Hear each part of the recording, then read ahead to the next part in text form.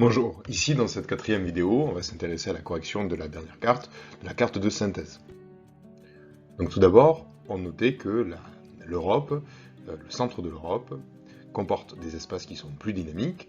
On a deux villes mondiales, on va compter Londres et Paris, même si Londres donc n'appartient plus à l'espace de l'Union, évidemment avec la sortie depuis 2020 du Royaume-Uni de l'Union européenne. On a également donc la mégalopole européenne, qui est l'espace de plus forte densité et de plus fort dynamisme économique. Le siège des institutions européennes, et on remarquera que la plupart sont dans cette Northern Range, non, pardon, dans cette mégalopole européenne, pardon. On a ensuite des périphéries qui sont intégrées à l'Europe, donc des périphéries qui vont être symbolisées ici en orange. Intégrées, c'est-à-dire qu'elles sont dynamiques économiquement. Donc la France fait partie, par exemple, de ces périphéries intégrées. On a ensuite des périphéries en voie d'intégration.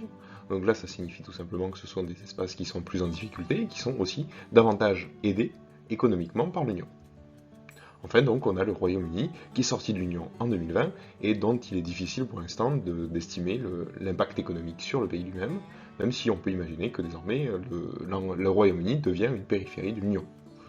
Déjà de façon institutionnelle et peut-être de façon économique, on ne sait pas si cela aura un impact négatif à long terme. Ensuite, nous avons donc les principaux axes de communication à l'échelle européenne. On a un axe maritime mondial qui passe par l'Union et qui passe particulièrement par la Manche, donc pour aller vers la mer du Nord. Cet axe maritime mondial, on l'appelle souvent le ou la Northern Range. C'est une expression tout à fait scolaire, davantage qu'une véritable définition scientifique. Il n'empêche que c'est un espace dans lequel passent les principales routes maritimes mondiales, qu'on avait déjà d'ailleurs étudié l'année dernière en quatrième.